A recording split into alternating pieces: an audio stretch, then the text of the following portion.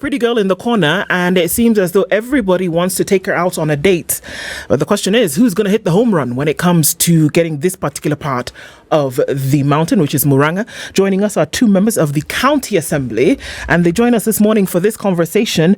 Ngugi Kibaiya is the member of the County Assembly for Gatanga Ward in Murang'a County. Good morning. Morning. How are you doing? That's me.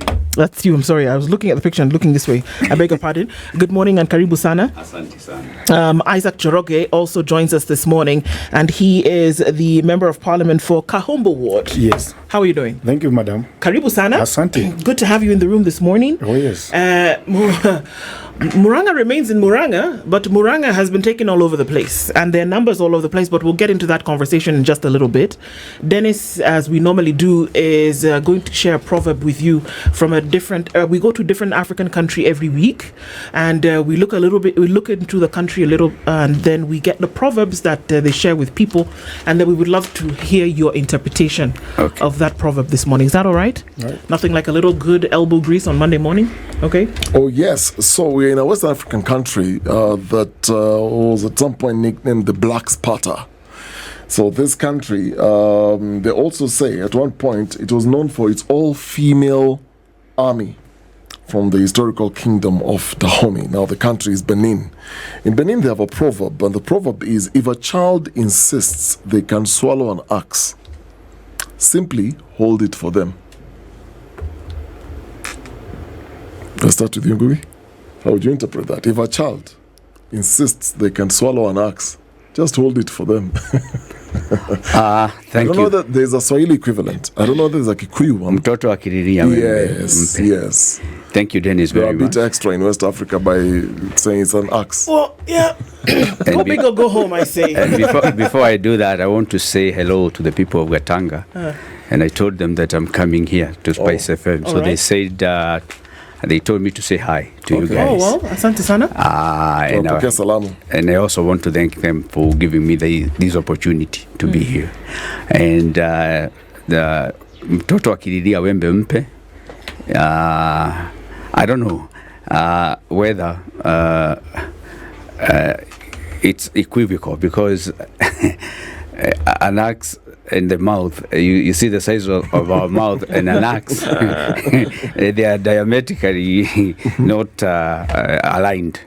And I think it is a caution to the young people that as we go through life, and as we do whatever we do, we have to let people be.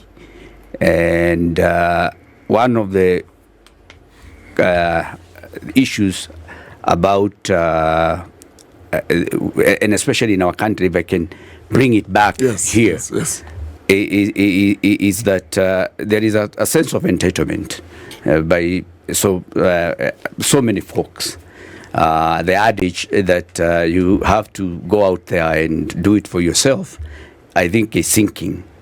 And I think it's a cautious saying that if you wish to swallow that axe, I might as well give it to you to do it. Okay.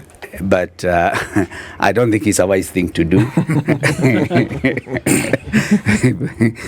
But I think it's a caution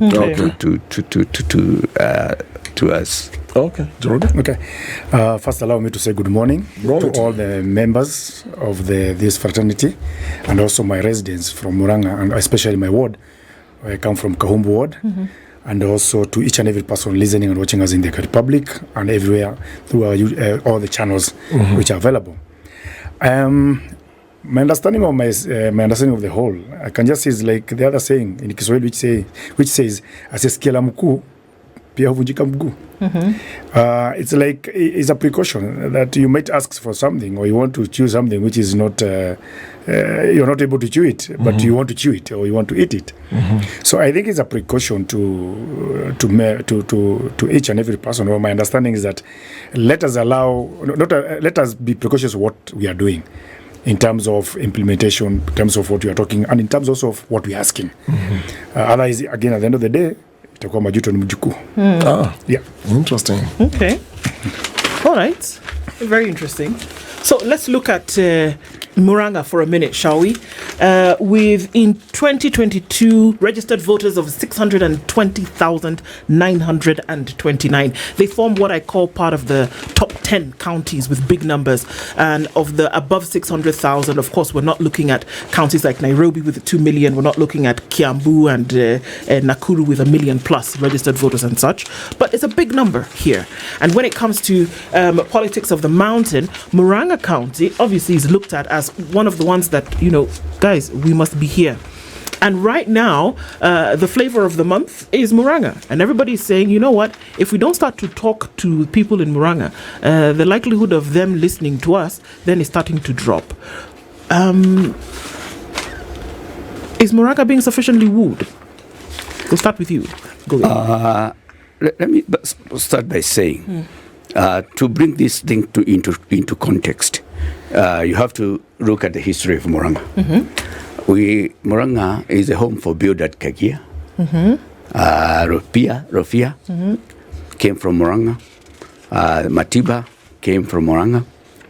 And those folks were known throughout the country for agitating for change. So Murang'a, it is in our bloodline that we are people who stand for things, who stand for issues. And I think if you look at the mountain as a whole, you'll see, even when the shaking started with this government, Murang'a was integral in pronouncing the dissent. Remember, there was a time not too long ago, we had a burial for one of us. And Moses Kuria came to Murang'a, and he was denied a chance to speak. It hadn't happened anywhere else. And I think from that day, things changed completely. You look at the impeachment of our deputy president. If you look at the voting that was done, you can see something. There is something about Murang'a, because Murang'a members of parliament, most of them at least, didn't vote for that motion. Nyeri voted to a man, where the deputy president comes from. But you see in Murang'a, they stood up and they were counted because they saw, or they believed, that something was not going right. And this didn't start with readers. It didn't start with us. This started with Wanjiku. You remember there was a time that there was KRA wanted to tax avocado farmers from the farms. That is where it started. And a big meeting was done in Murang'a. And all the readers joined hands and rejected it. So, do I think Murang'a is sufficiently good? I think Murang'a is underrated. And I think the next president, we had an opportunity to have a presidential candidate, a strong one, but they missed their chance. So Murang'a is a bedrock of opposition politics right now, and I think it will end and start with Murang'a. Okay. And I mean, those are some serious things that he's saying, Njoroge, that, a bedrock of Kenya's politics. You speak about folks like Kagia, Matiba, all of these coming from this area. And yet, it would appear as though it would be a very easy decision to bring people to the house on the hill and, woo them in terms of money. And that was enough for them to say, fine, we'll vote in one way or another. It's good to note that in the history of Murang'a County, when you talk about Murang'a, you're talking about the community, that is the Kikuyu community. Wherever you talk about Murang'a, the genesis of all Kikuyus come from Murang'a, Mukuru wa Gatanga. And with the history, apart from also the issue of the political arena, economically, Murang'a is the one which has built Nairobi. Murang'a is the backbone of all the economics in this country of ours. You cannot mention anything without mentioning Murang'a. Come to the first professor in this country of ours, Dr. Kiano came from Murang'a. Come to the issue of the business people, is from Murang'a. So the moment you touch Murang'a, then you're touching the backbone of this country, economically, politically, and also in the issue of the agricultural sector. Remember, Murang'a is the one who is the county, the leading county, as my friend have said, in terms of avocado. Murang'a is the one which has all the basics in terms of people move the people also in Atlanta, Georgia. And if you look about the issue of the Murang'a people, they're hardworking. And when you touch now that hardworking, when you touch that where they get their butter and bread, when you touch the Murang'a people in terms of political, and especially Murang'a has been shortchanged since 1992. You know what happened in 1992? We voted one man in terms of political, and that's why my brother have said about the issue of the opposition. If you come to the Murang'a, it's the only county which gives 100% loyalty to any person. And Murang'a on its own, again, it's a county whereby independence of mind is there. And I can give you a good example, like last election. You can see there was areas whereby ANC was voted in. We have 2 MCAs from ANC, one from Kegumo, Madam Karo, and one from Wango, Madam Mama Kangata.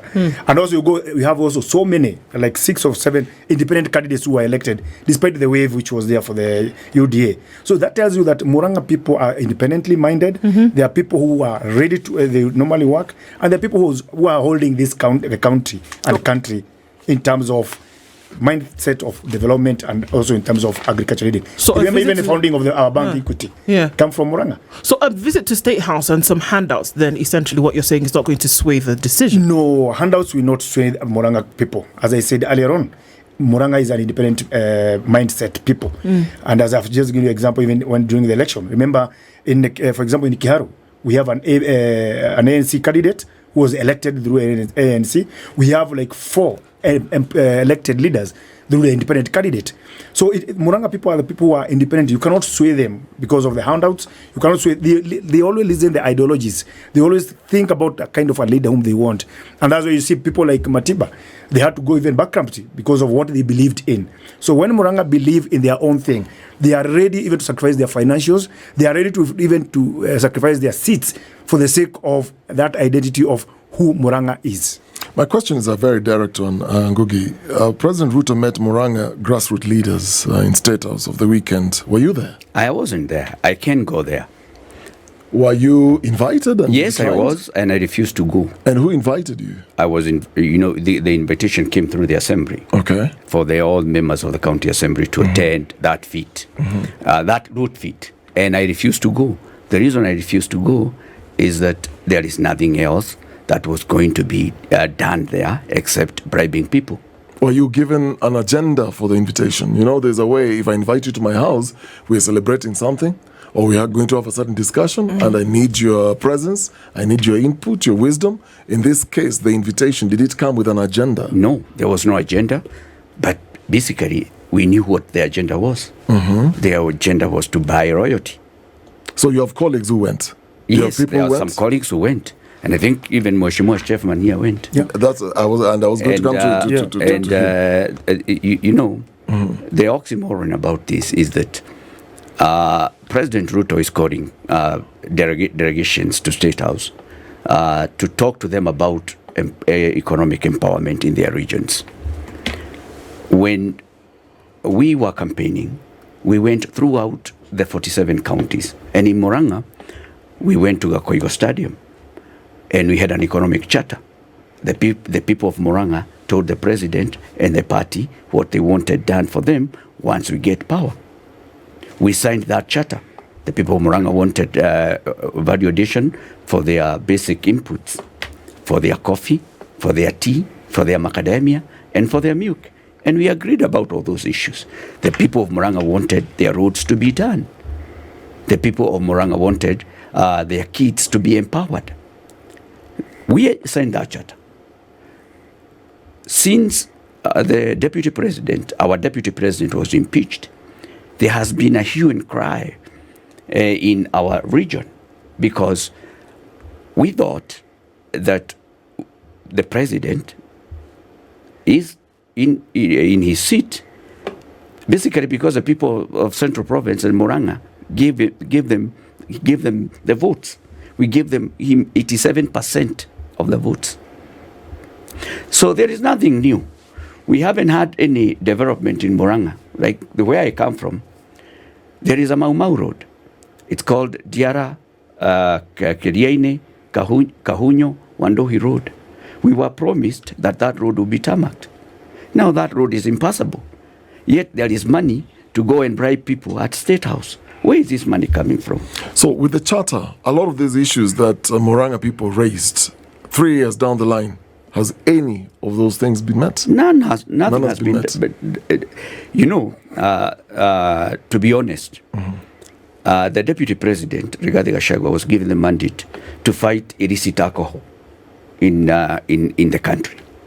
And actually, that illicit alcohol was more so pronounced in our neck of the wood, in Murang'a, and the Central Province, the Kikuyu-speaking nation, because that is where that illicit brew was prominent. He did a very good job, and after he was impeached, that is the only thing I could say that was going in the right direction. After he was impeached, all the company... Yes, the illicit alcohol is back.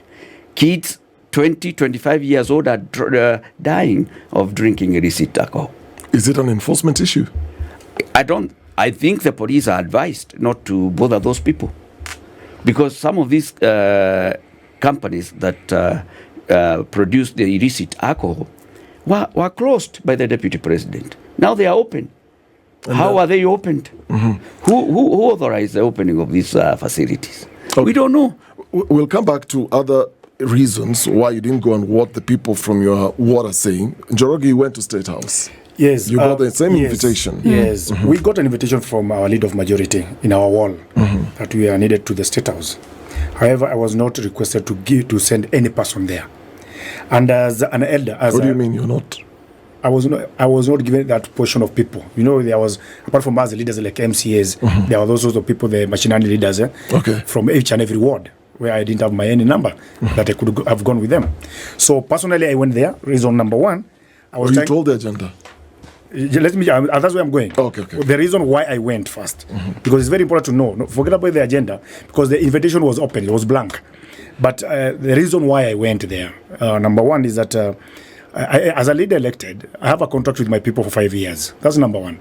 Number two, there is the issue of representation, which I am supposed to do. Number two is about the legislation and oversight. Basically, here we are talking about national government and county government. So when I'm being invited by the head of the state, I had to go there because I had my mind that now I have got an opportunity also to question him regarding what I think is right to question him. And this is not the first time I've questioned him. It is even in my wall, in my Facebook wall, questioning about our projects in the county government. So when I was invited, I went there because of those the issues. And there's nothing wrong when, remember, we voted for 6 votes.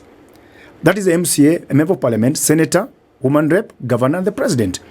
And normally when I'm being called by by my people as an MCA, I explain to them the projects which I'm doing in my ward through either the governor or through myself as a person with my either foundation or a friend who wants to visit. And whenever you call those people, does it mean that you bribe them?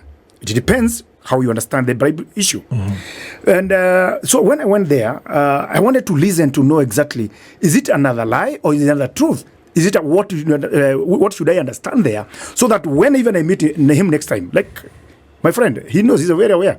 There's a time all the MCAs who are called the State House regarding our welfares. He was there also. Was this the bribe? Was he given something? So it's always good when you are being called by the head of the state. Go and listen what he's saying. Then you are able to have a platform to question what he has brought. Okay, so what did he say this time? So the issue of the issues which he talked about is about those roads, Mamau roads, the issue of the stadium of Gakoigo, and Mombi. And my question, which I asked, because I had an opportunity as leaders who were entered there, I asked him, what is the timeline for this? And when he came to talk to the people, he told them the timeline is from December. Now the question is, will he keep that promise? That is my question. What do you think? Pardon? What do you think?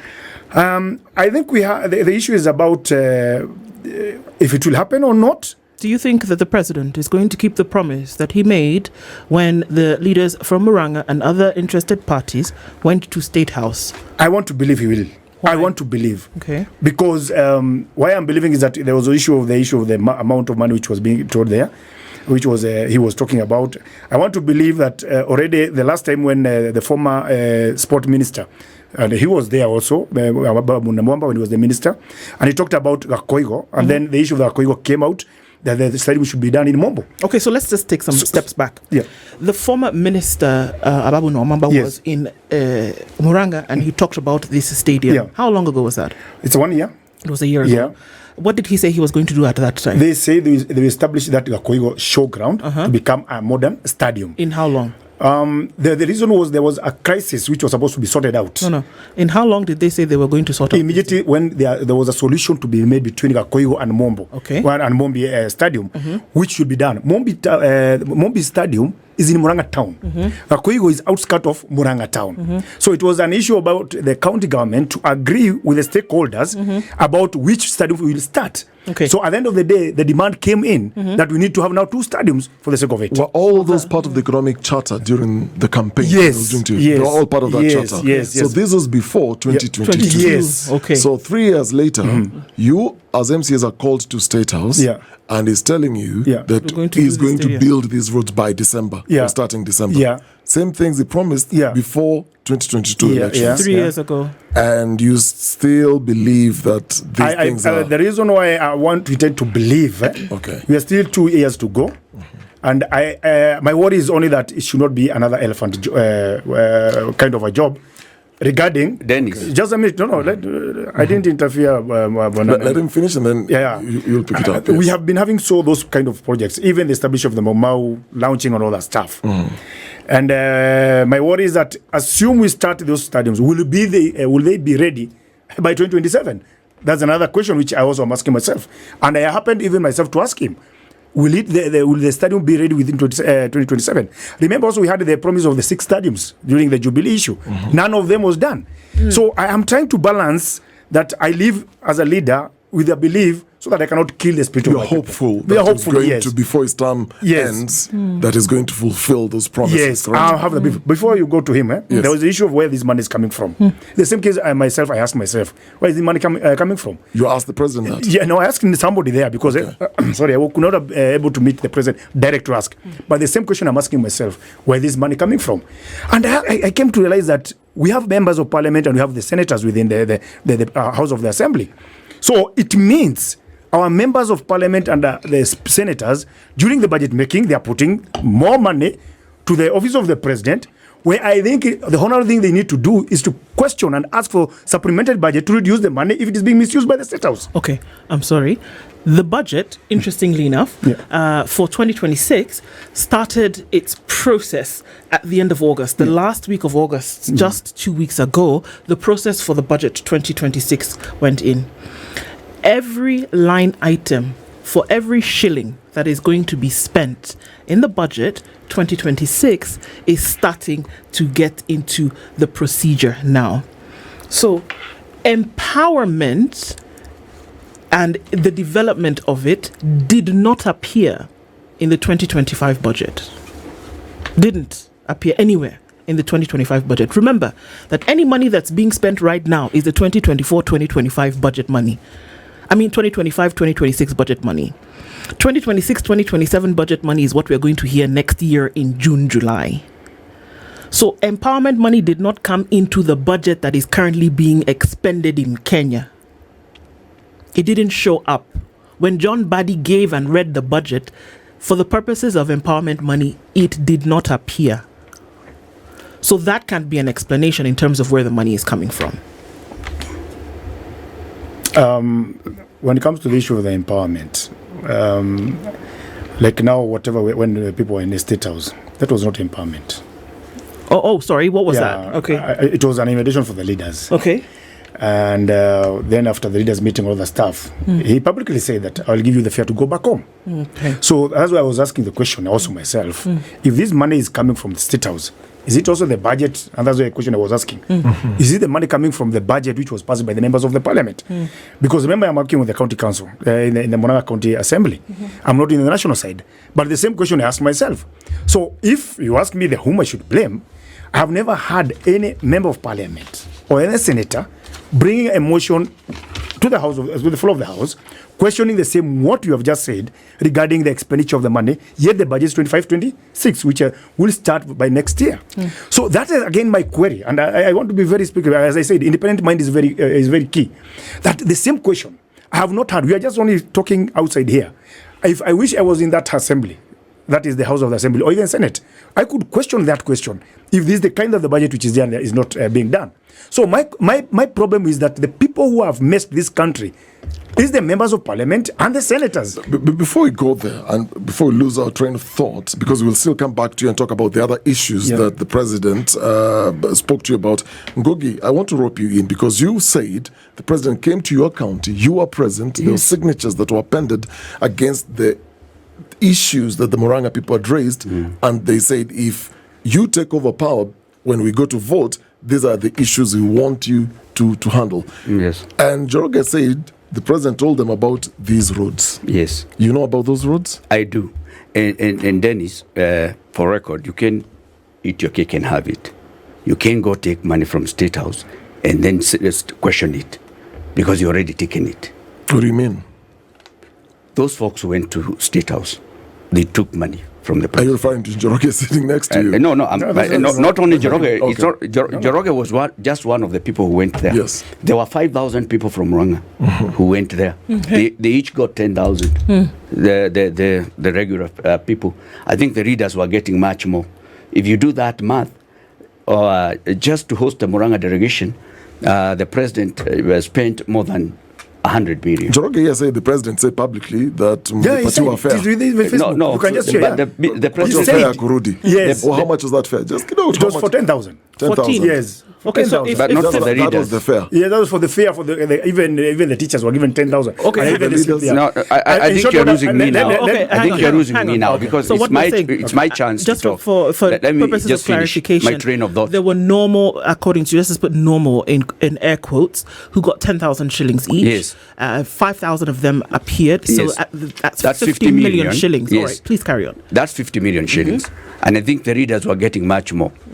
I dare say that. Okay, so the people who got 10,000 shillings But the 5,000. were the 5,000 people who Yes, showed up. the readers were getting much more. Okay. And I think he can attest to And that. the leaders you're referring to now the MCAs and And the other the leaders. MPs Did you who were there. receive any Yeah, I money? received. Why should I lie? How much did you receive? I will not say. Once you come, finish So with him. I'll let come me- to let me finish my let's train finish of with him thought, first. So I'm saying that you can't ask for a road on this side, Yes. then you're taking the money on this side. It is not possible. It's conflicted. You are conflicted because the folks that went to take money from Ruto on last week are the same folks who are asking me for roads in my ward. You can't take that money and ask for roads. You are compromised. You are a part of the problem. So my 2 cents about this is that this is an attempt not to empower or to talk to people about the development issues affecting their communities. This is just meetings to sway people in a certain way, politically. It has nothing to do with empowering people. Case in point, they came for an empowerment mission in my ward the other day with a chopper,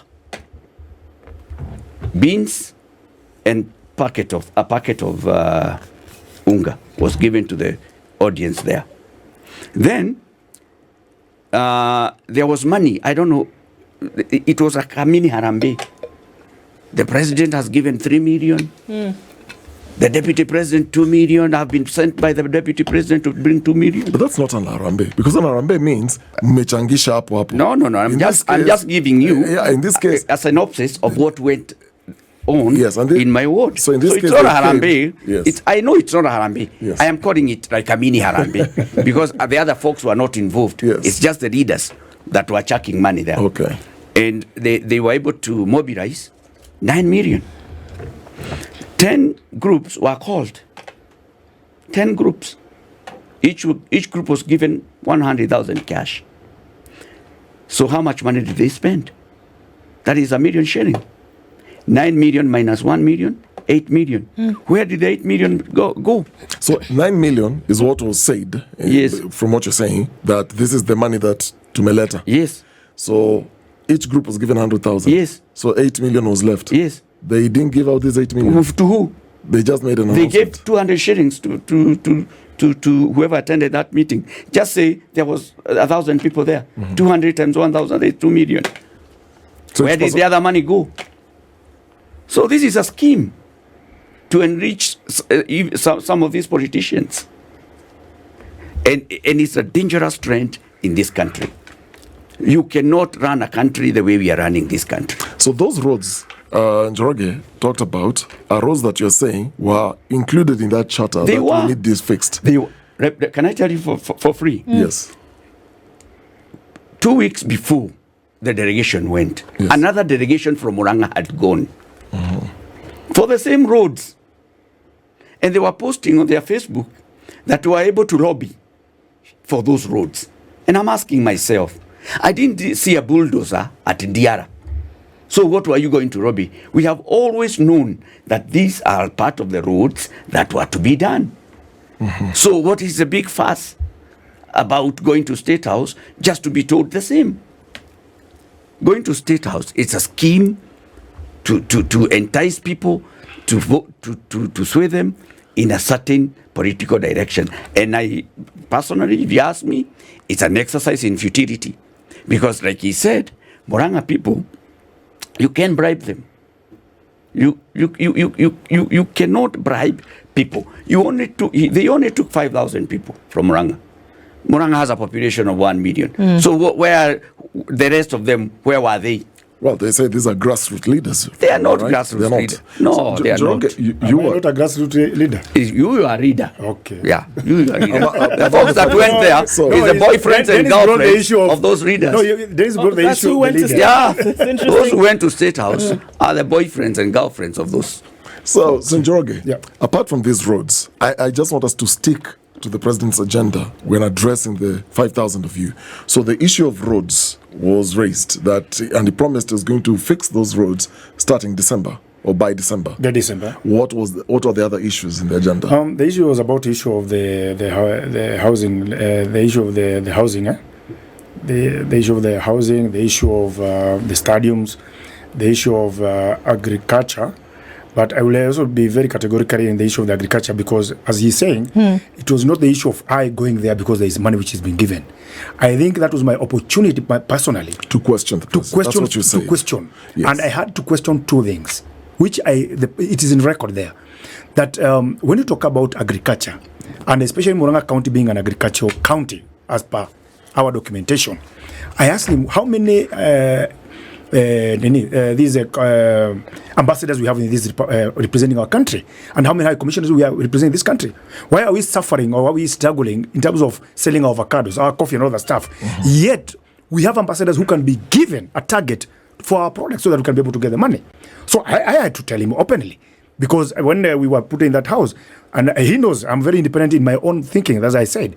And I told him, Mr. President, we don't need to have marketers outside. We only just need to give targets to these ambassadors, commissioners, so that our coffee, our tea, which is rotting or which is staying long at the Mombasa port, looking for market. We have China, which is 1.something billion. We have America, which is more than 400 million. The farmers here is only 1.2. So it was my time, and I am talking about myself. It was my time to face the president and give my representation direct to him. What is affecting my people from Kahumbu? I have a question for Njoroge. Yes. You said the issues, Yeah. the president's agenda, Yeah. first was the roads. Yeah, the roads. Then the Stadium. housing. Yeah, housing, Then stadiums. and agriculture. And agriculture. Those Yeah. are the four issues. Yes. Were these issues a part of a discussion that you held at State House and then he said, now I'm going to address myself to these issues? Or were these issues that he came with to tell you that this is the agenda items, these are the agenda items, and this is what I intend to do?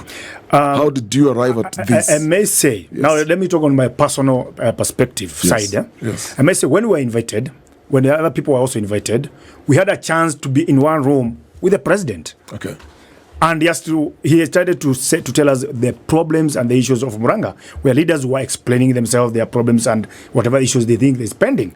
The issue of, like in Marago, there's the issue of the Masamaki Road, which even he came, he said about it. Again, he has repeated yesterday the same day.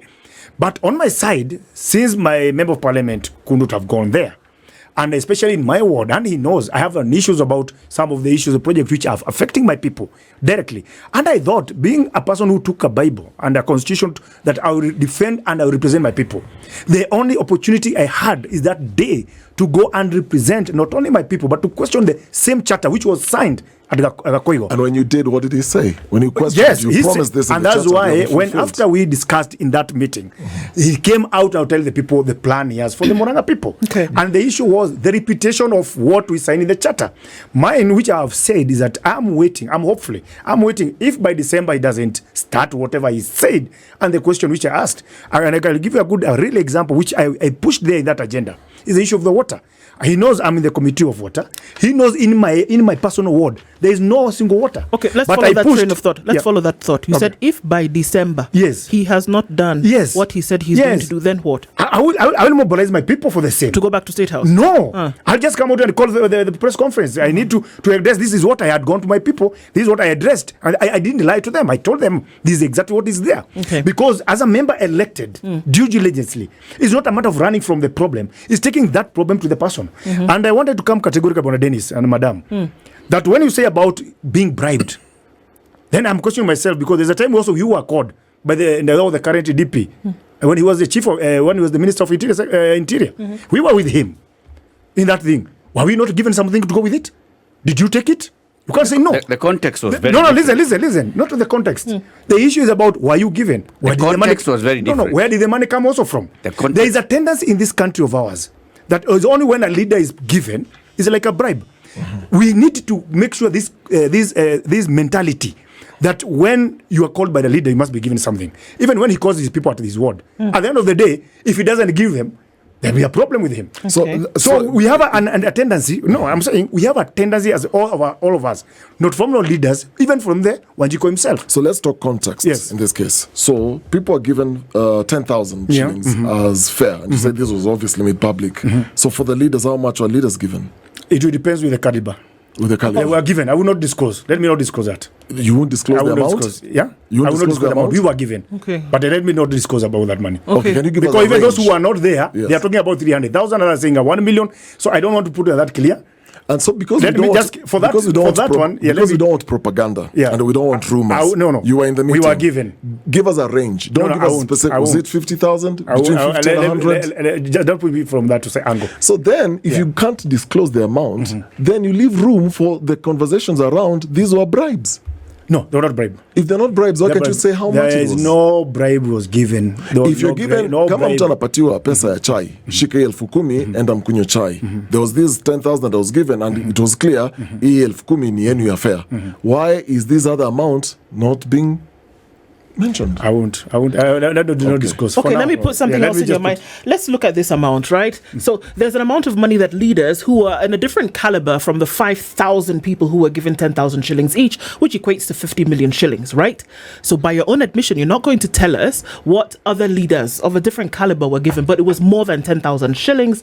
And, you may be feeling a certain type of way because of the amount, because it sounds, Now, maybe we can put this into context. If we take 50 million shillings, right, today, which is what we have established is what was paid to 5,000 people, divided by 10,000 shillings each. The 300 shillings that is meant to be your monthly stipend for SHA, for example, it would pay the stipend on that one day. It would have paid, not the stipend, I beg your pardon, it would have paid the premium for 166,670 Kenyans on one day. Talk about premium. I'm just talking about the premium. Talk of about 300. capitation. No, Kids are home. Let's not even go to capitation. Let's talk about people who are sick, looking for care. We had people in this room the other day, who for some people will deliver on the road.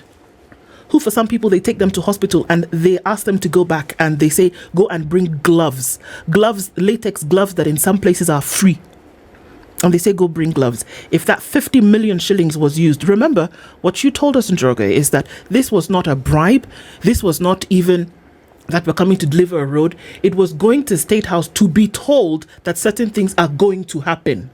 So how about we take that money and put it toward things that are on the ground that can happen today? 166,607. Multiply that by the number of delegations that have gone there in this year alone. Hang on, Ngugi. 166,670 Kenyans would have received 1 month premium payment on that day with that amount of money. So I can understand if you feel a certain type of way by not wanting to say how much money now other leaders got. But do you see the conundrum that we are in?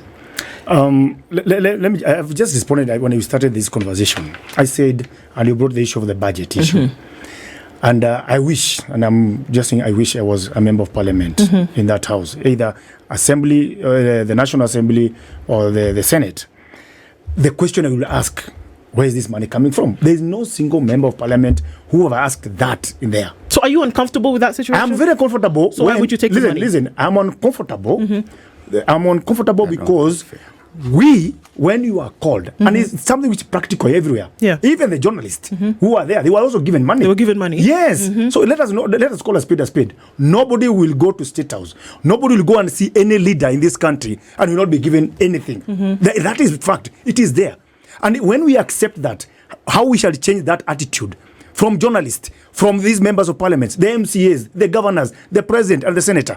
Another day, also my governor went to the my governor went to the State House. Was he going? Was he given something? We don't know. And when I say about the leaders, because when the other leaders were being given, I wasn't there, so I can't say how much they were given. But what I can put in record is that this tendency and application of money being given, to me, is very wrong. I do agree with that. But number two, it is a tendency of our people. During that meeting, when the president had finished his meeting, when addressing the congregation of the 5,000, where I was, now the people started asking, "Hakuna chai?" Then he laughed and said, "Okay, fine. Okay, you will not live here. I will also give you fare to go back home." So it's the issue of our people. It's like about the in our traffics. Dennis, you know very well in our traffic. Even before the police ask you what's the problem, immediately you will see a matatu driver giving the 50 shillings. And this is a tendency. I've also brought the issue of the same, that when he's having his meetings in his ward, even my ward, at the end of the day, as we finish, I will still end up giving something to these people, either as a fare, because I was expecting that day that those guys should be at work. And when they're at their work, they have come to see me, even if I'm coming to give them the agenda of the roads or the projects, which I'm intending to do, they will still ask me, fare yetu iko wapi? So you find there is a culture which we must change. And I admit, let us not take this voting of issues about the presidency, the governors, the senators. Let us take the voting that why should we receive this money, yet we want to be served? And that's the question which is all about.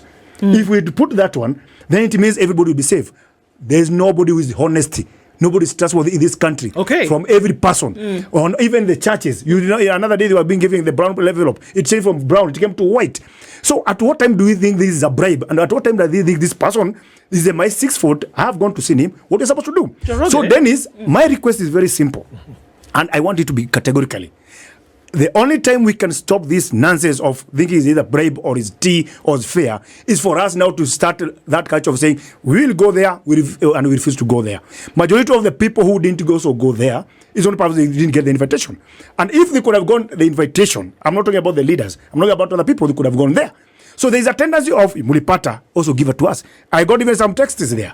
So I want us to change that narrative of you are going to be bribed. Yes, you are given, but is it a tendency whereby even Dennis, if you come, if for example, you say you want to do a certain show or any follow-up of something in my ward, the people will come to talk. At the end of the day, they tell you, there is that tendency. Is it a bribe or is it a tea or what is it? Ngugi, there's an issue here.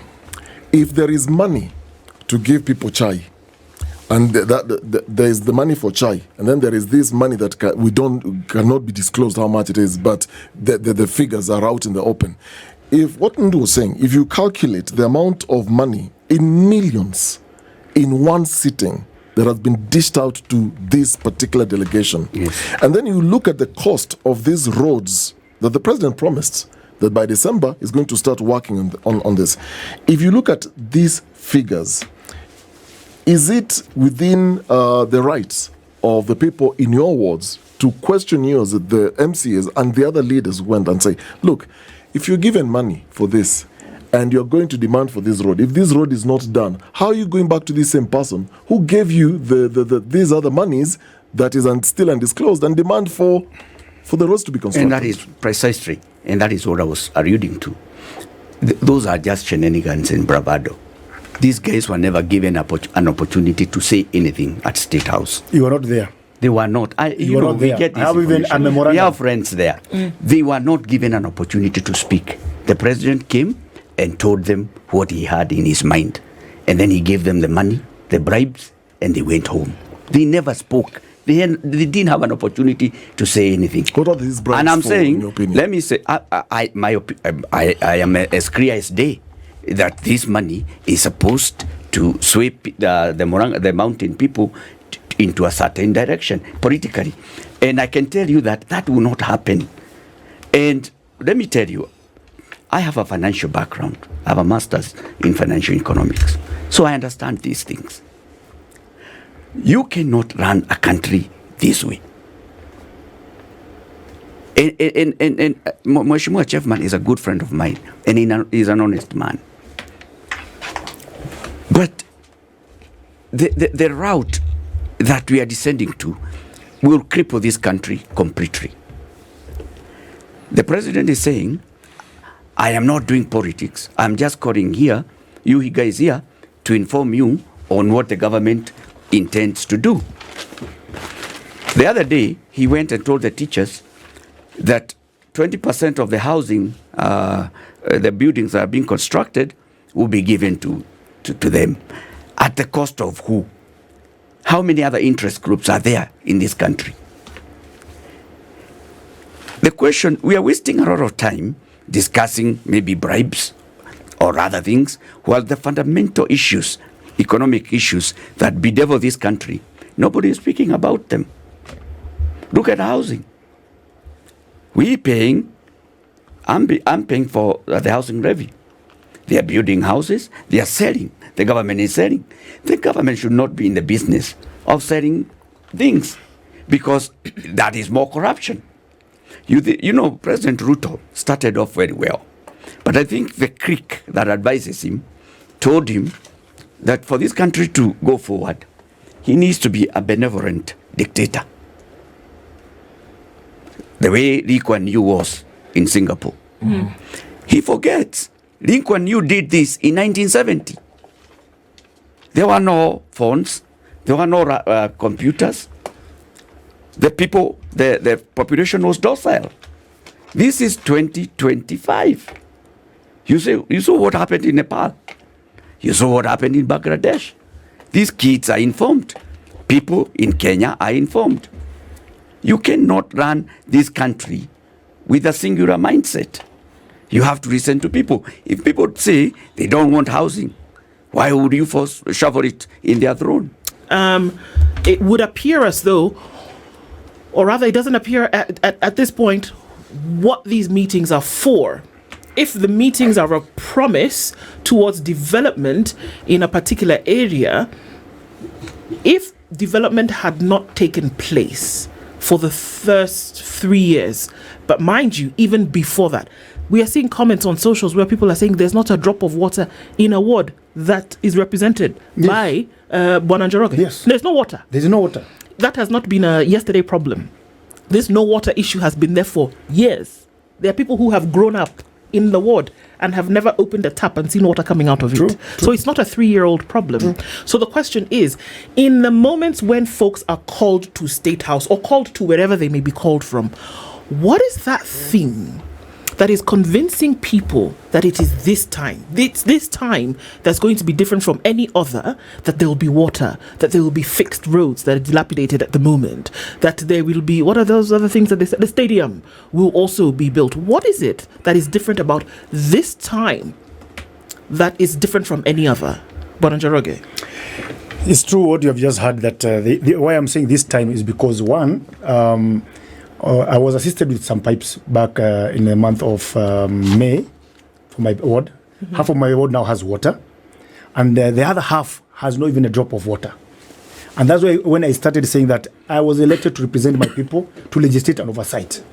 Now, my interest is my people to get the service which they need. Mm-hmm. If I don't fight for them, if I don't risk my career to be able to get this, and this time I risked it, and I was shown and I was given the people to follow up the issue of Kandara water bulk, whereby by 2027 my people will not be having a problem with the water. Okay, can I ask something? Yes. Just in terms of information, is it the president's job to give orders for people to do their job in order for the people of Murang'a in certain wards to have water? Is it his job? MSA, these have been, the way you have just said, it's not 3 years, it's an year time problem for long. Mm-hmm. Since 1963 when we got the independence, yes, my ward has never got water. Okay. So, and we have been having elections and leadership. Yes. We had 5 previous presidents. Mm-hmm. And most of them, either they have never got a chance to see the president.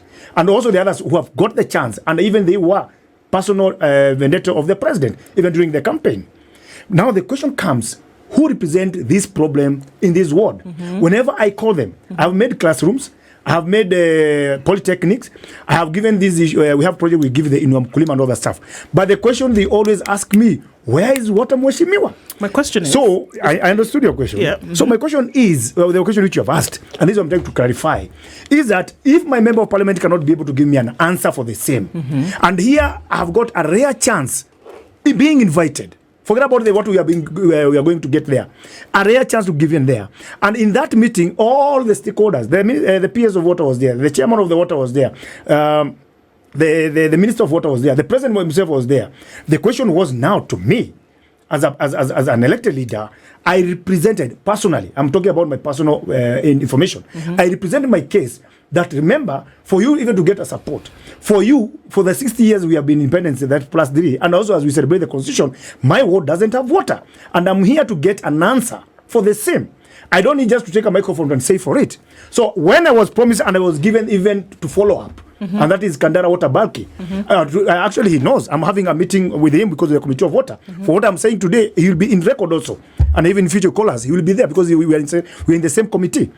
The issue of how will the Kandara bulk water, which will support Kegumo and Kandara water, them they have their own company of water, so I have no issues. So if I will achieve that my people get the water, I will be the happiest person, because that question you are saying online, they are telling you about the issue of the water. Mr. Njoroge, my question is simple. Yeah. Is it the president's job to ensure that there's water in Kahumbu ward? I think as the eldest, as the president, he has all the responsibility to make sure that the water is there in Kahumbu. Because when you go to the Athi River, for example, there's a time I went to Athi Water, and I was told there's no budget for this, for water to Kahumbu.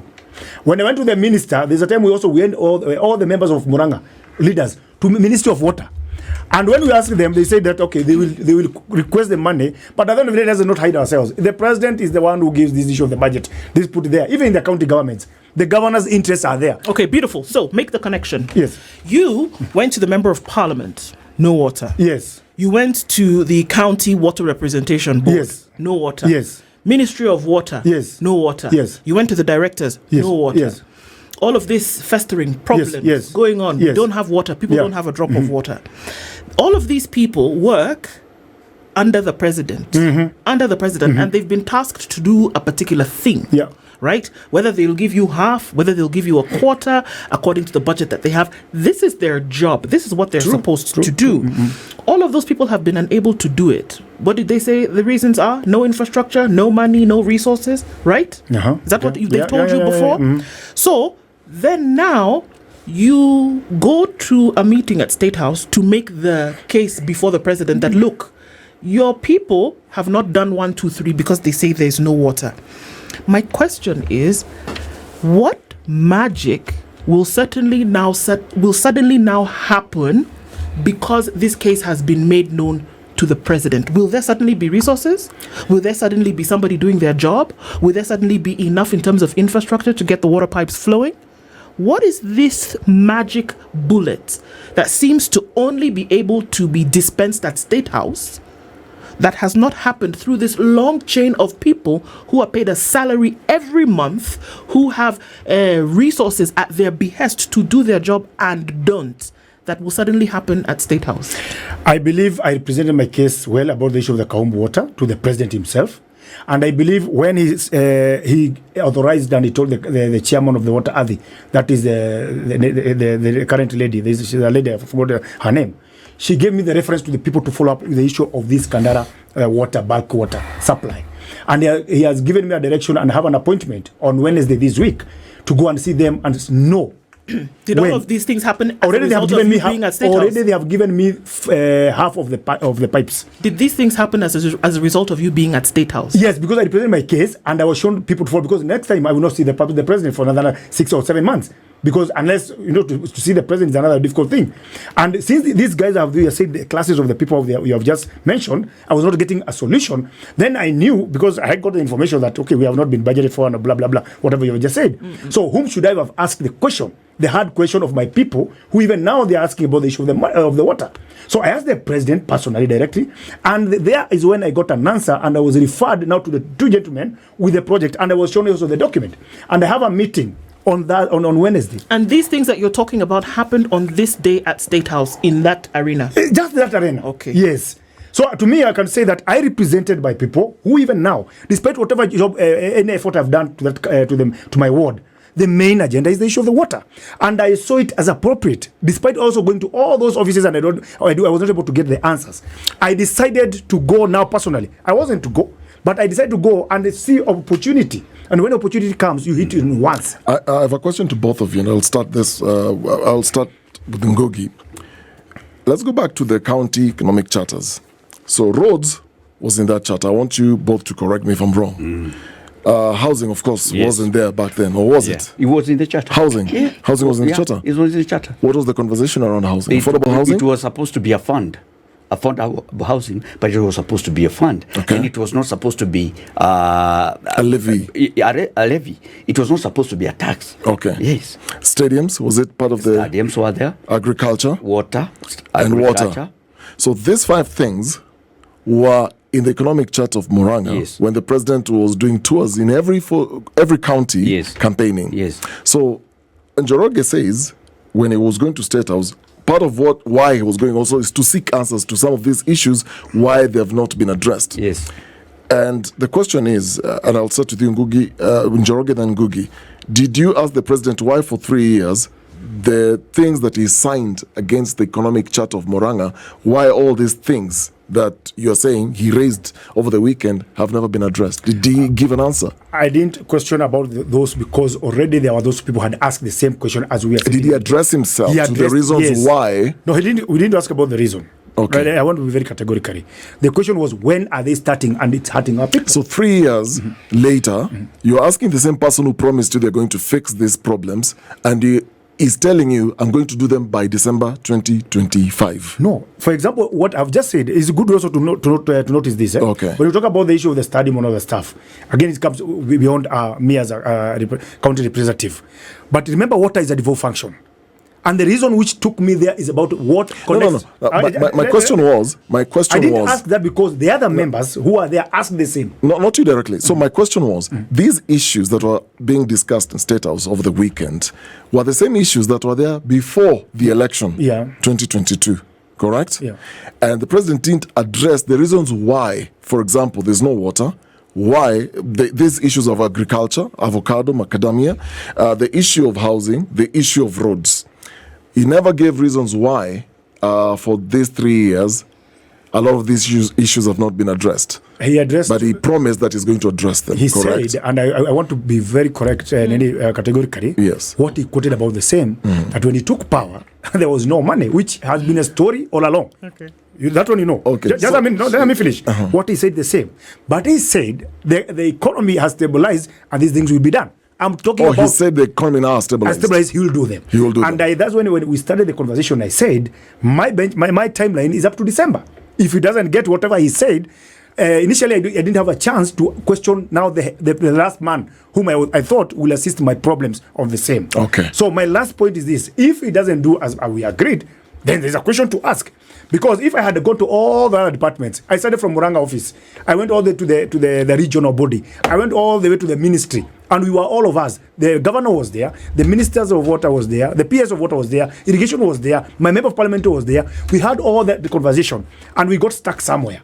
And then here, we have got an opportunity to question to the last man who can resolve or give me a truth or a lie. And he has said there's money now. And he has said now there's money to be done.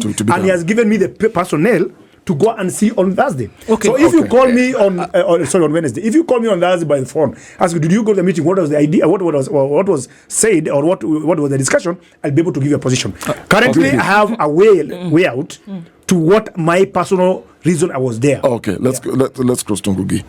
Do you believe this timing, because now money has been found? So the last 3 years there was no money because the president said there was no money in accounts and they took over power. So now that there is money, if he fixes the roads, he fixes the issues, he's actually addressed himself to the issue of housing and promised 20% will go to the teachers anyway. Then let's talk about the stadium. Let's talk about agriculture. Let's talk about the issues of water. Will it make any difference? That's hogwash. Oh, okay. You know, I'll do a rebuttal for what Mheshimiwa has said. Mheshimiwa is very spirited with the water issue in his ward. And I know a while back, during a meeting with the county women representative, he raised that issue. And he was given an opportunity, not like they went this time, to go to State House and see the president with a very small group of people.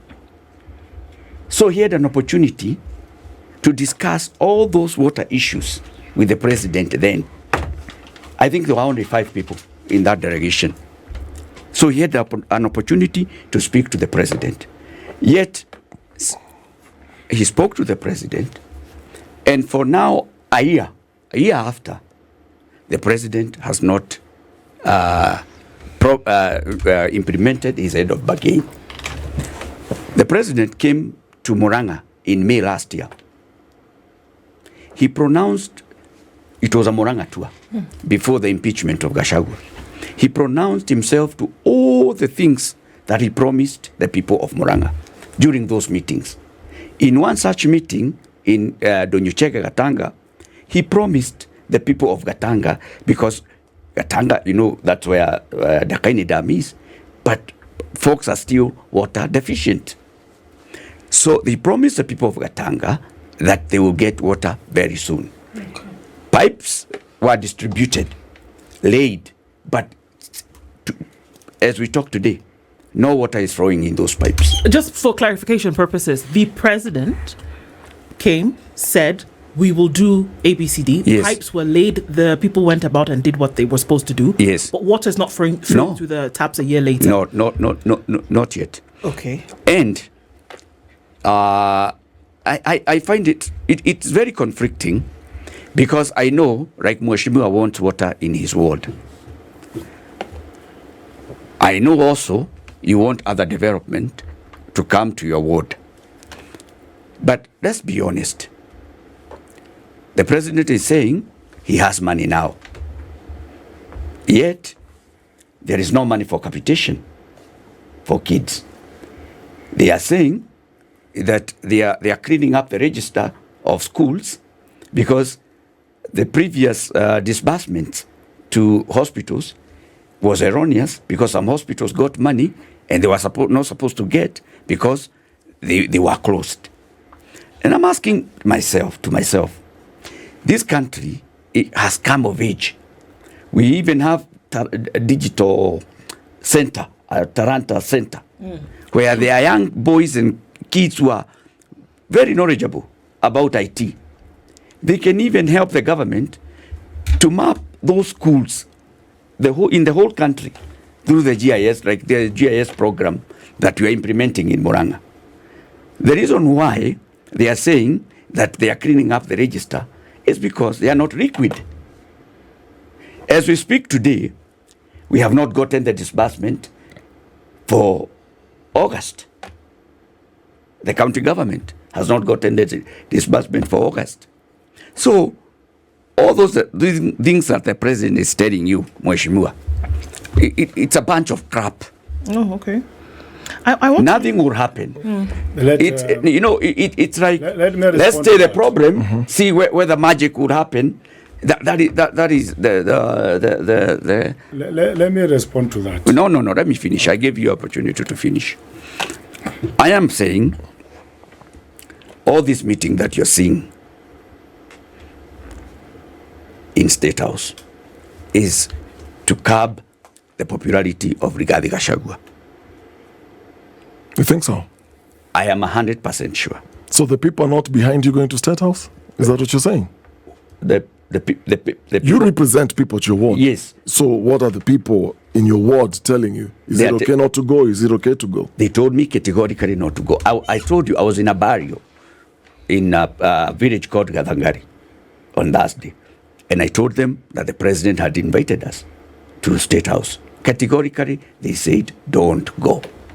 The people of Murang'a, the people of Mount Kenya, they have completely divorced with this government. I have a question for you. How long has the former deputy president, Rigathi Gachagua, been in government? He was in government for 1 year. No, 2. 1 year. So, when Rigathi Gachagua was in government, yes, these issues, because he signed this charter together with President Ruto. Yes. During their campaigns, they crisscrossed the country signing these charters. Yes. They signed one with Murang'a. Yes.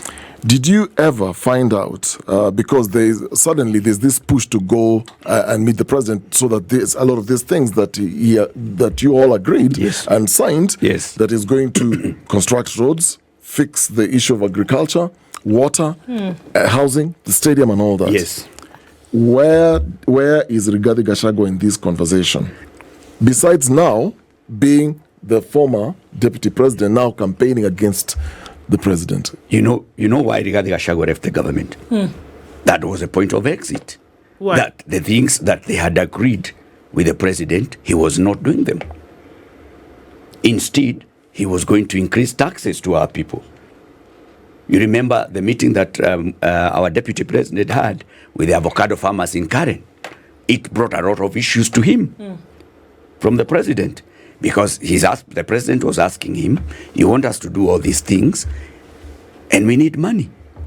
So we are taxing people a little bit more to get money.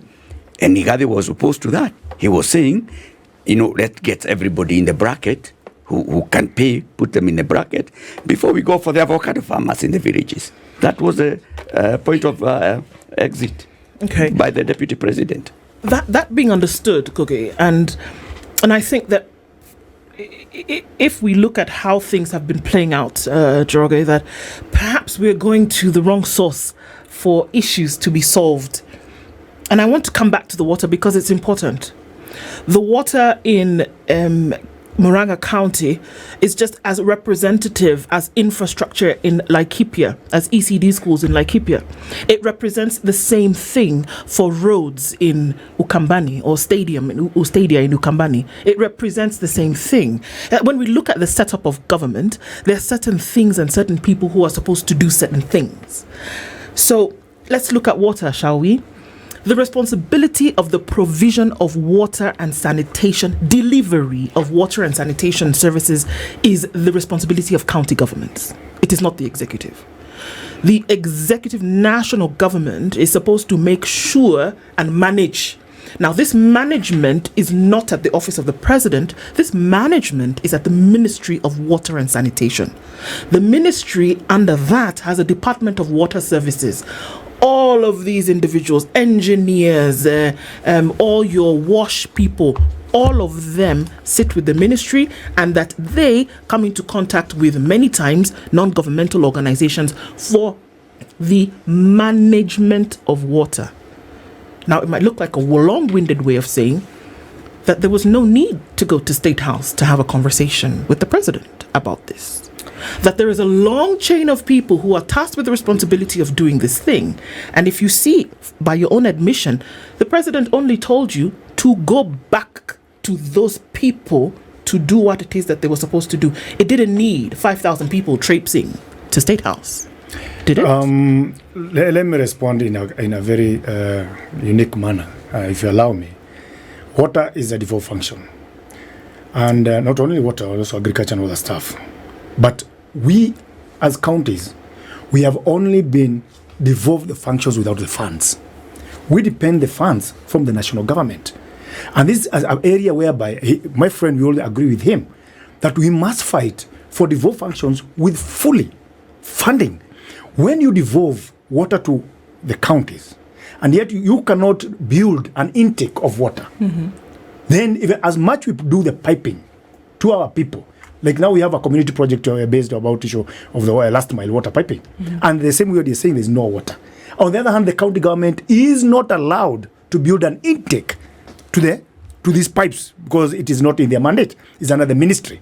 Now that is where I come in place saying that, look, the constitution says that the government shall provide sufficient enough water. That is Article 42, D and E, I think so. Now the question starts where do I represent my people to get this, what is entrenched in the constitution? Have I followed all the steps, what we have asked? Have I gone to the Murang'a County Water Department? Have they referred me to somewhere? So all those areas you have mentioned have gone to the extent of now one person was remaining, and is the president, whom himself, he showed me the person to follow it on Wednesday, whom I will follow it because I'm doing the representative, because my biggest problem with my people is water. In his area, he has no problem as such of issue of the water, although they were given, I think he needs also to follow about the issue of the 3.3 billion, which was promised by the president during the visit at Gatanga. Now in the Kahumbu, we are not near the mountain. We don't have the water. My people every day say, please give us water. Now it's my responsibility, as I am the representative elected, to knock each and every office. Even here, Dennis, I will ask you, do you have an NGO which can assist me to get water? This is my responsibility. And if the Article 42 of the Constitution says about issue of the water, the main problem whereby counties are becoming, let me use this word, the slaves of the national government, is because the default functions have been done, but there are no funds on that. Come over to the health.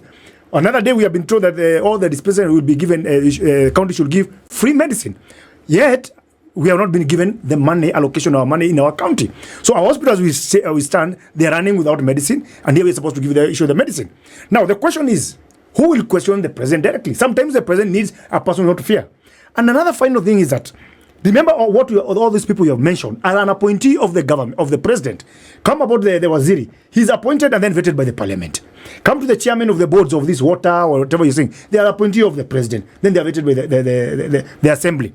And that's why I said from the start that the people who have letted this country down are the members of parliament and the senators, because they are duty to do that. They are making even life difficult to us who are in the county government, because we are not getting the funds.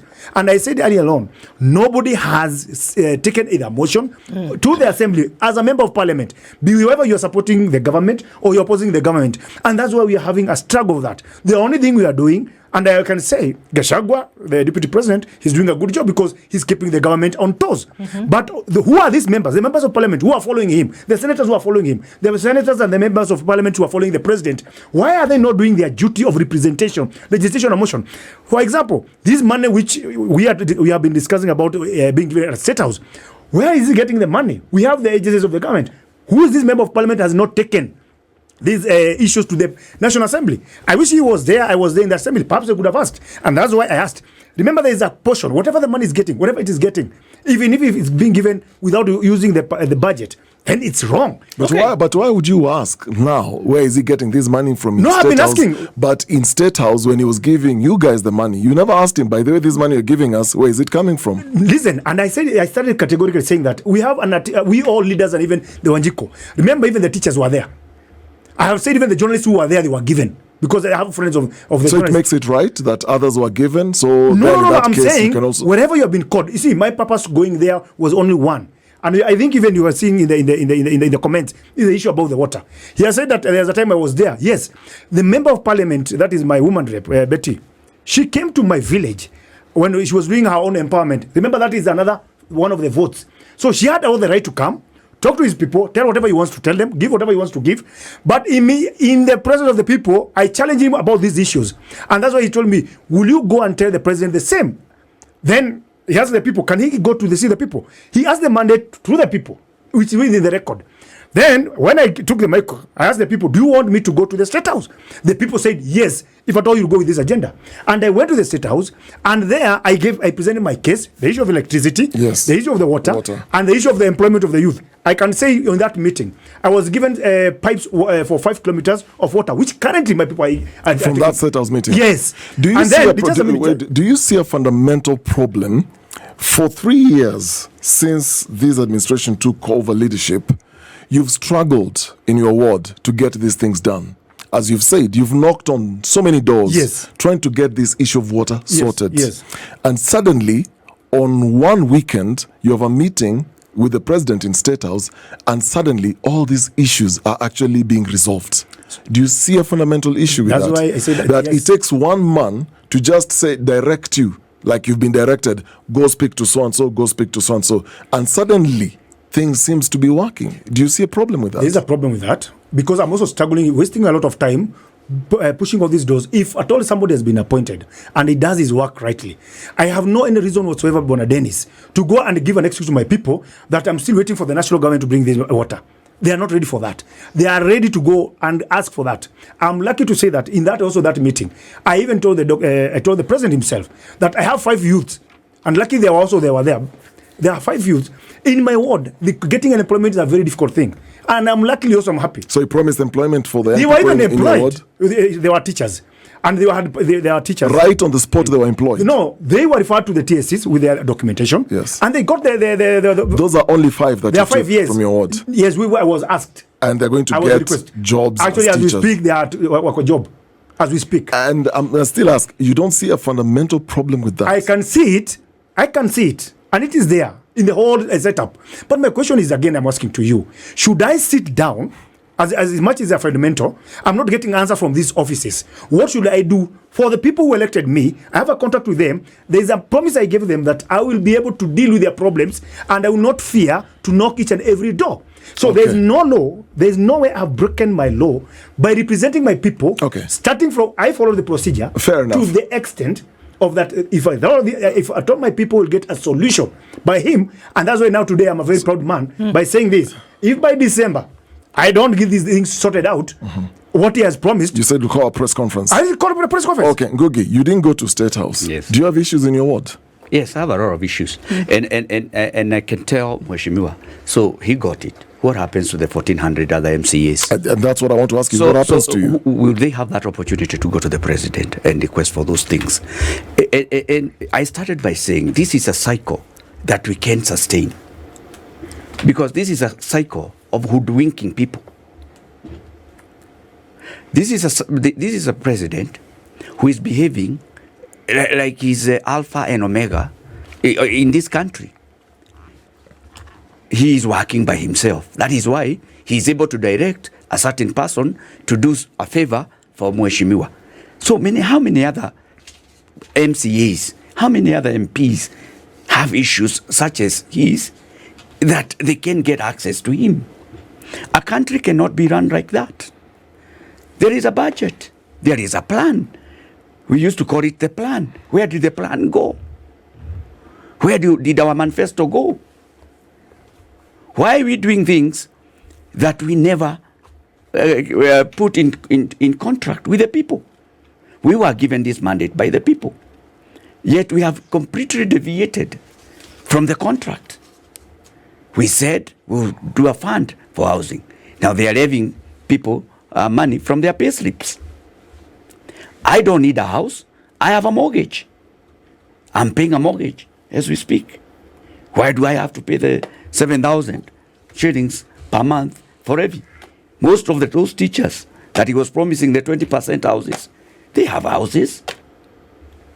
What happens to those people who are not employed?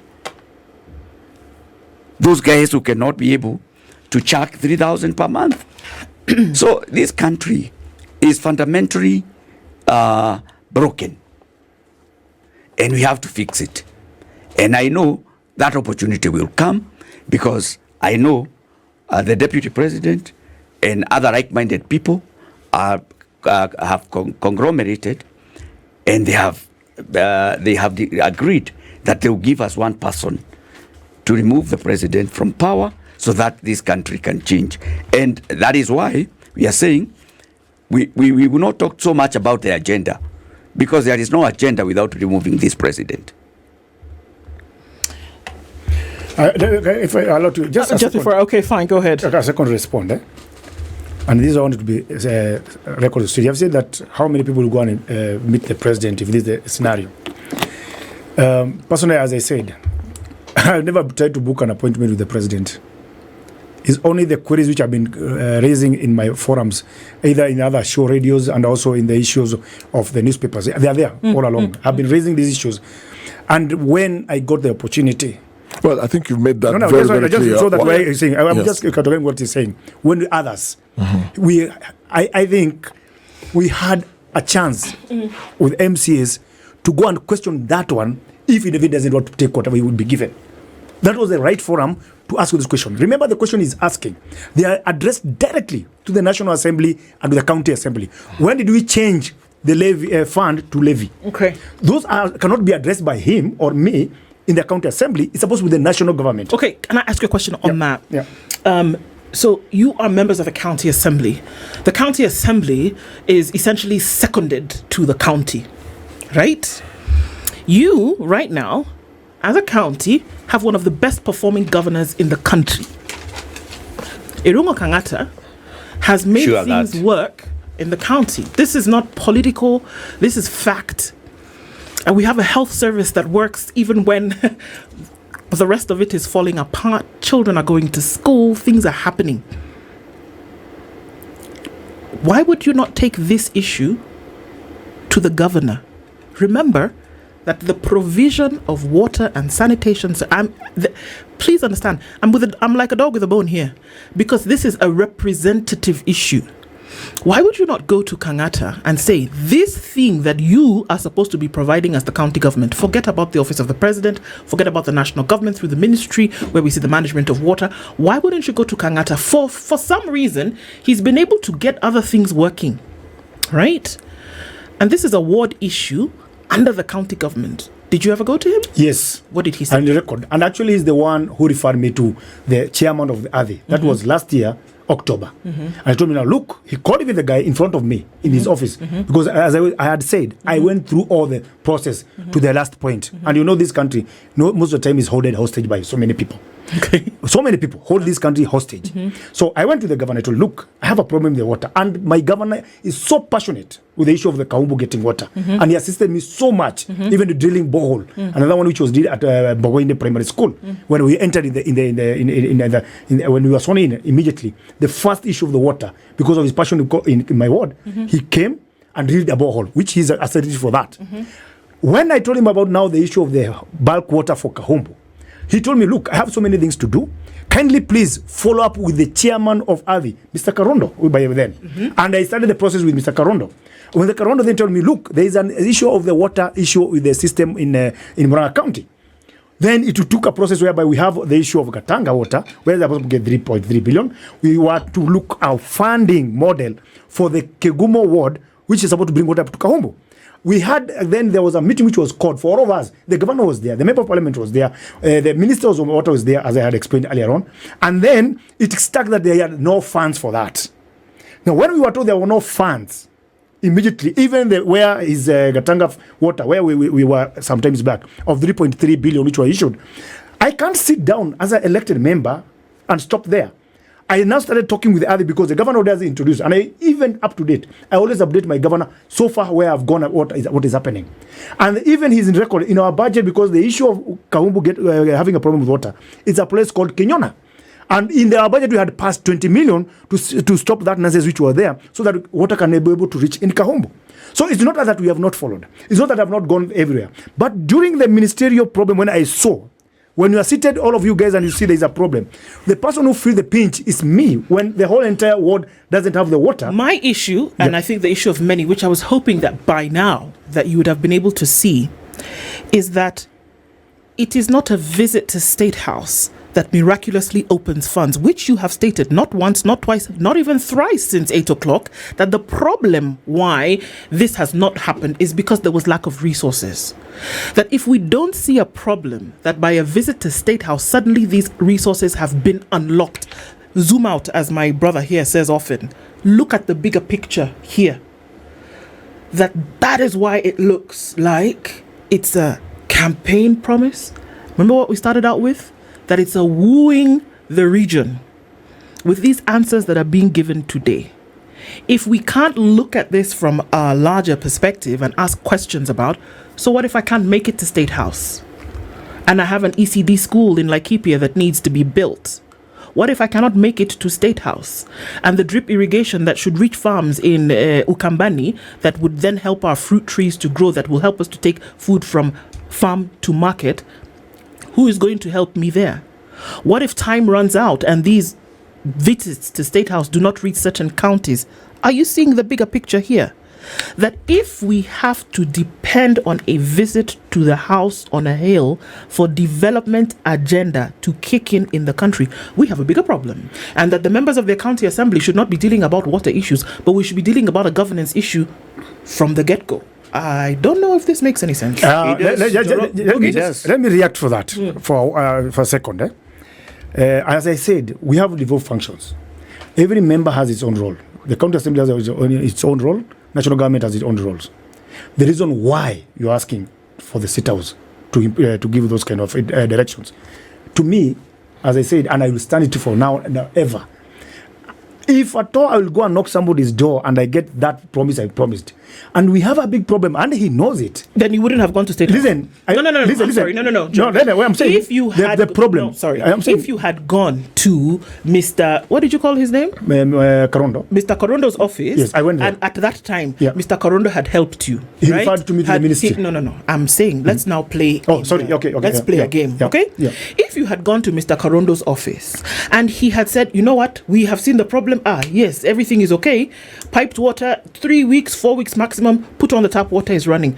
You would not have gone to State House this past weekend? Yeah. That's what you're saying. Gone. Yes. You would not have gone. Yes. So that issue would have been sorted out. Okay. Yeah. Njoroge? Ngugi, sorry. You see, it's very interesting that we cannot be able to see the deceit in all this.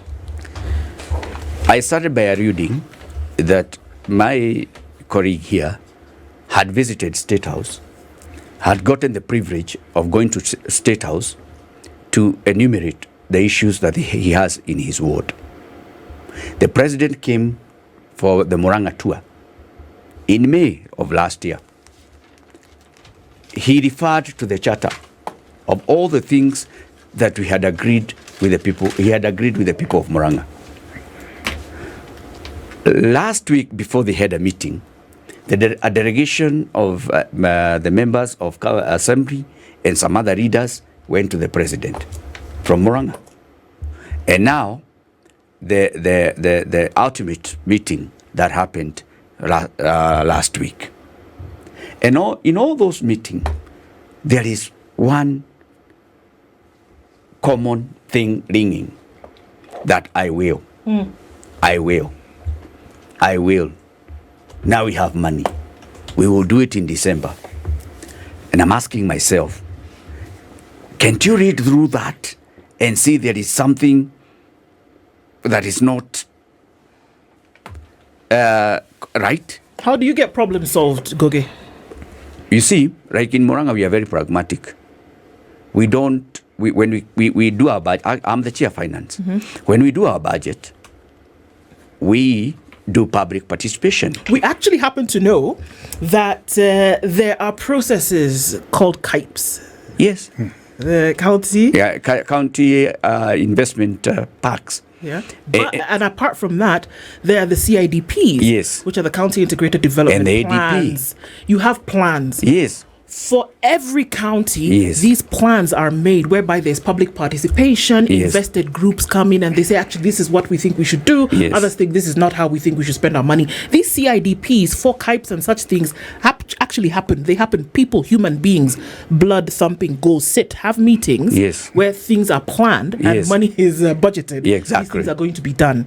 And one of So the my reasons. question is then, why is there a need to go outside of these plans to ask for intervention for these things to happen? The individuals that we speak about, Mr. Karondo, I am sure that he was at the CIDP forum. People like that attend these forums. Yes. The water services people attend these forums. There's somebody from Treasury at these forums. Yes. At these forums, there are people in the infrastructure, people from the Ministry of Lands attend these forums. They all attend. I am right. All right. You know. Sorry, follow me here. Yes. So because where we started from is to Kenyans disabuse them of the notion that there is still one almighty person who needs to say yes for development to occur when you've spent time, you've spent money and other resources to have this plan. The thing is this thick. The CIDPs are this thick by the time you've finished with them, which everybody attends. So why give Kenyans the thinking that all we then need to do is, again, go to the president and ask him to go and tell people to do the job that they're supposed to be doing every day, for which resources were spent. For days on end, you hold up in a hotel somewhere and came up with these plans.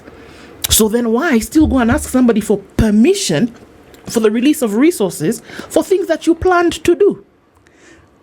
One of the reasons why Murang'a is shining is because the governor does not interfere with the executive or the accounting officers that he has appointed to work for him. They follow the budget, and we don't deviate from the budget. We rarely do deviate from the budget. If you are a contractor and you work in Murang'a, case in point, the last financial year, the county government actually was calling contractors to bring invoices so that they can get paid. Our budget absorption rate was at 95%. The issue here is not that development. Yes. Okay, that's where you're going? Yes. All right. The issue is not that the president is not aware. The president is a seasoned politician. He has been through that house. I think he was in the house for 15 years. He knows the budget making process. You know, they bring the budget to the assembly or to the National Assembly, and they pass the budget for them. So they know. He knows the process. The problem is that if you look at the budget for the presidency this year, I think it was increased by 80%. Then there is this money, I can't remember the word, but it's something vote. It's a private fund that they have in the Internal Security Ministry. That is the money that they are using to bribe people. And I can tell you that if there was money to do the roads, the president would have done the roads. Because I don't see a politician who will refuse to give people development intentionally, because that will not give him any popularity or any mileage with the people. So I can tell you, as somebody with a financial background, the routing that is happening in this country is supposed to be a bandage. Those economic empowerment that you're seeing all over the country, the mission to State House, that is a bandage. Living on hope that tomorrow will be a better day. Hoping that if you give people hope so many times, it will ring in their heads. It won't. He is digging a deeper hole for himself and also for the Kenyans, because the 50 million or the 100 million that was spent the other day, that money is enough to bring water to Kahumbu. If during his visit to the president, he was given that 50 million, there will be no water issue in Kahumbu. We are now a consumer economy. That the biggest thing the president can think about is to give people 10,000 and send the members of parliament to give people beans and a pack of unga. I really pity. I cry for my country. You cannot run a country like this. I mean, Njoroge, do you believe this is politically motivated, these invitations? Well, yes, I can say it is. As I said, I'm a very independent person in thinking and deciding, taking a decision. Yes, it is. And this is a culture which is within our politicians and also our voters. Let us agree. Let us not take one-sided. Because these people, when they are called, as we are saying, others will not go, others will go. But if the opportunity, especially for the Wanjiko, everyone is given, he will go there. So if the people of Murang'a, and who are not leaders necessarily, if they are told you are welcome to come to State House, you believe they will actually go? If it is in the record, our leader, that is Honorable Gachagua, saying, go, come back. It is there. So when they are getting, is it a bribe or not a bribe? That's another question we need to ask ourselves. Two, when the leaders are gone there, like I myself, I went there for a certain agenda. Not be bribed, because I don't need a bribe. And I've told you the process which I've gone through with only one agenda about the issue of the water. And then when I'm living there, is it a bribe which I'll be given? Whereas I know very clearly I've achieved my agenda there. And that comes to the issue. You don't think the money that you are given and the other leaders were given is meant to buy your loyalty in any way, or it's political in any way? No. It's to appreciate you? For example, whatever I was given, perhaps you don't know what I've done with it. I've just told him just like now. There's a person who was waiting for a seat, walking this wheelchair. And I've just told him when we are entering here, after this show, I'm going to buy that chair and I want to take to a person there. From the money you were given exactly. at State House. Because I don't need just to eat it, because that person, at the moment, he's suffering there. And I will make sure that once I give you this chair, I'll also forward you the picture. And you don't think that money is to buy your loyalty? No, it's not buying loyalty, because I had to appreciate you? No, forget whatever is there. Mine was an agenda which I delivered, and I've given them. No. We're finished with the agenda, yeah. Because you've talked about it enough times. I'm just asking, this money that was then given, was it to appreciate you for your time? I may say perhaps for the time. That's what I can just say. Perhaps when the people overall, when he asked, okay, now we are finished, then the people themselves, not even the president himself. And this is what was happened there. Even you go to his Facebook, you can see. Said, okay, so everything is. Now we are finished, people will go home. People asked for fare. The people themselves. As much as they know they are in State House, now today again he'll go. And then he said, okay, fine, you guys, you came, you voted for me, you campaigned for me. Okay, I'll make sure that you get something. After the people had said. And that is all across all leaders. Even him, whenever he goes to his machinani. Now that's why I was saying that we need to categorize when the bribe is and when it's not the bribe. And what was the agenda? If you ask me, personally, our manifesto, which we made, and the flagship of our governor, which we really love him, and he has stayed on track of the same, is that why Murang'a is becoming a benchmarking to others is because of believing with the institution working. As he has said, accounts about the legislation, we are doing our own work. The question, the same should apply with the national government. Remember, the governor cannot sack a chief officer. He can only replace him or give him other duties. But the president can sack a PS, can sack a minister. So you can see the law, how it is, what is happening. It's very unfortunate that after 63 years of independence and celebrating the 15 years of our new constitution, we still have those gaps of issue of who is to delegate and what to do. And I said, the problem is about the issue of being appointed and you can be fired. If we can have independent institution, because this country is failing because of independence of institution, you are struggling so hard. Even you yourself sometimes, Dennis, you struggle so hard to get information. Come even to Murang'a County before you first there's a procedure of getting the information. But when you come to the legislation house, it's an open forum. When we're having all those inquiries or questioning about the audit queries and all that stuff, it's an open. But I don't know your political persuasion, but let me just, and this will be my last question. Yeah. You represent people in awards. Yes. Ngugi, same thing. He said he asked people where they should go. His people said no. Your people are okay with you going. Yeah. I don't know, they normally say MCAs ndio wako kwa ground. Yes. You know the pulse of your. Are the people from your ward with the president No, currently? no, They're not. let me put this clearly. Yes. Why did I go to the state? No. You've people, told us why you went. my people. My question is very direct. Yeah. The pulse of what's happening on ground are the people with the president. Or not? It's a yes or no? No, I can say, let me put this straight, because we have also, even now, we have people who are believing in KANU up to now. Up to now, in my For this particular question, are they with the president? Not all of them. Not all of them. Not all of them. So do you think if this development, because you said you are timing him, by December, if he doesn't fulfill these promises, you'll do a president. Let's assume he does. Do you think it will sway the people's opinion about him? To me, I will say I will not speak on the side, because, as he said, we always call public participation in everything. If he does this, he will have fulfilled my manifesto also.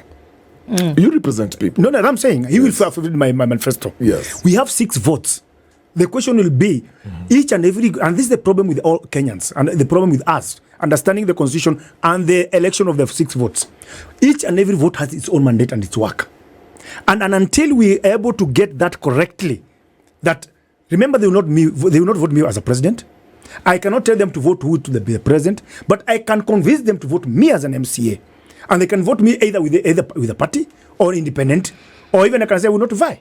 So what is very important is that if at all Kenyans can follow the institution's way and implement that, and if at all every vote elected is doing its work, and the executive, either the county or the national government, make sure that the institutions work, there is no need of going to State House.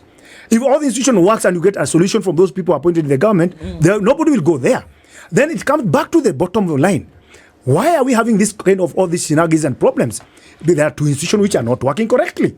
And I had said, if these constitutions bodies work correctly, that is the National Assembly, the National Assembly House, and the senators, then whatever we are expressing now, the issue of the question about the money, issue of why I should miss development, it will not be there. We will not even be sitting here to talk about the issue why you went to State House. All right. We will be sitting here discussing about what projects have you done in your ward. But now remember, I had a mandate with my people, what I promised them. And it's my responsibility to knock governor's office, to knock everyone, and until when it will come with that person. Now, I will take a blame, not to the other institution. Squarely, I will blame the person who, in my face, promised me that I'll get that issue. Okay. Yeah. Final words, Mr. Ngugi.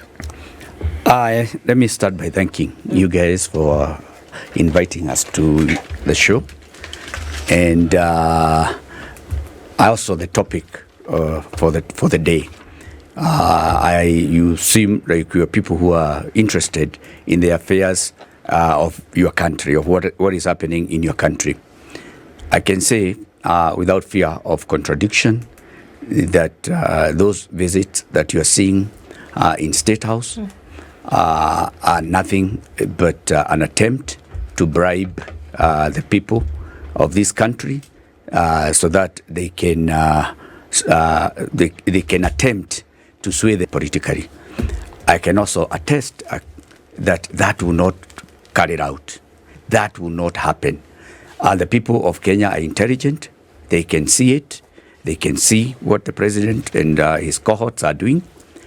The people of Mount Kenya have made a decision that the person that is running this country now is not the person that they elected. They have made a decision that Rigathi Gachagua is now their leader, and whatever direction that Rigathi Gachagua will give to the people of Mount Kenya, they will follow suit.